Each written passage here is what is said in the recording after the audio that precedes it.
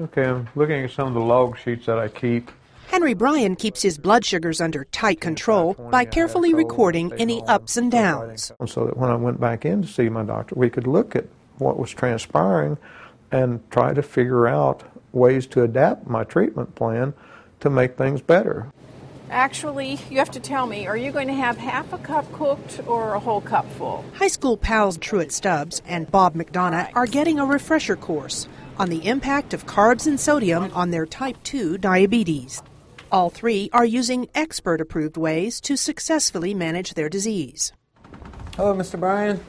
The one piece of advice I would give patients, good to see you, would be to stay connected. To seek diabetes education and to do it in an ongoing fashion. Give the patient the tools that they need. Diabetes is a progressive disease. The tools that they need to reduce their risks of future complications. The ABCs of diabetes. A, hemoglobin A1C. It's a test that measures your average blood sugar over a 2 to 3 month period. Your goal for hemoglobin A1C should be less than 7. The higher the hemoglobin A1C, the higher your risk of diabetes complications. I was in range and in target 93% of the time, which is nearly perfect. Like Henry, you too can keep your A1C low by eating well, exercising, and checking your sugars regularly. B, blood pressure.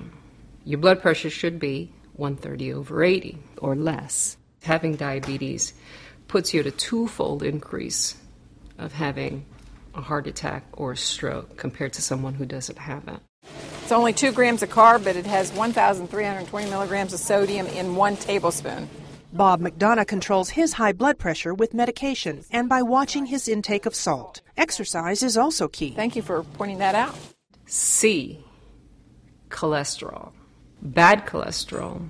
Your target should really be less than 100. In some individuals, it should be less than 70. Why did you pick the turkey as opposed to ham or beef or something? I thought it was better for me. Truett Stubbs makes smart choices with the fatty foods in his diet and has perfect cholesterol. Stay away from that. Other tips: eat more mono and polyunsaturated fats, and of course, exercise. In fact, it's no surprise that D and E are the holy grail of diabetes management. If you have type 2 diabetes and you do lose a significant amount of weight, your diabetes might very well come under control with no other intervention besides healthy eating. Just doing, some kind of moderate exercise, 30 minutes a day, makes a world of difference in diabetes and its management. They say you have to keep trying, and if you mess up, just get back on your budget again.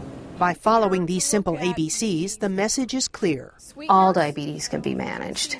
For WebMD, I'm Sandy Lamott. A tablespoon of sugar.